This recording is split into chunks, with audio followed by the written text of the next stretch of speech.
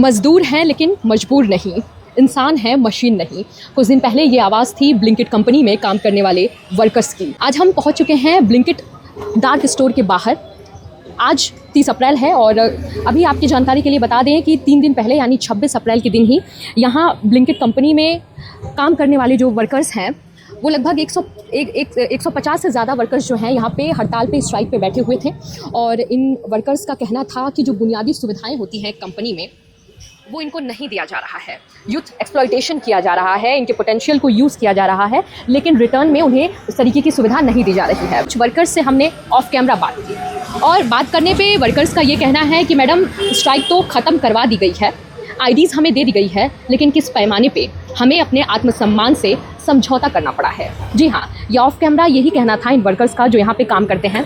In workers का कहना था कि हमने यहाँ पे इंक्रीजमेंट की बात नहीं की थी, हमने यहाँ पे इनसे ज़्यादा कुछ नहीं मांगा था। चूँकि गर्मी का समय है, कुछ बुनियादी सुविधाएं यानी कि जो टाइम पीरियड होता है 12 से 4 उसमें कुछ छूट की मांग की थी। और दूसरी चीज़ की और कुछ ऐसी चीज़ें हैं जिन मांगों को लेकर इन्होंने ज्ञापन सौंपा था। लेकिन मिला क्या? कंपनी द्वारा एक एफिडेविट बनवाया गया जिसमें ये साफ तौर पे लिखवाया गया और इन जो वर्कर्स हैं इनको ये चीज़ मनवाया गया कि अगर आगे से आप इस तरीके के किसी भी हड़ताल में शामिल होते हैं तो आपके खिलाफ लीगल कार्रवाई भी हो सकती है। तो सोचिए कि हम अभी किस दौर में हैं।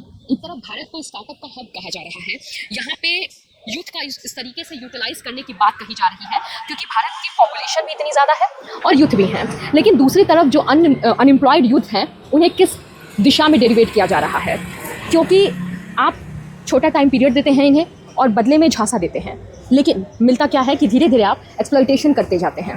यही कहना है इन वर्कर्स का ही कि हमें यहाँ पे समझौता करना पड़ा। मैडम हमने आवाज़ उठाई लेकिन हमें आवाज़ उठाने का भी हक नहीं है, हमें धमकाया गया, लीगल एक्शन लेने तक की बात कही गई। ऐसे में मुझे पीयूष गोयल की एक बात याद आती है।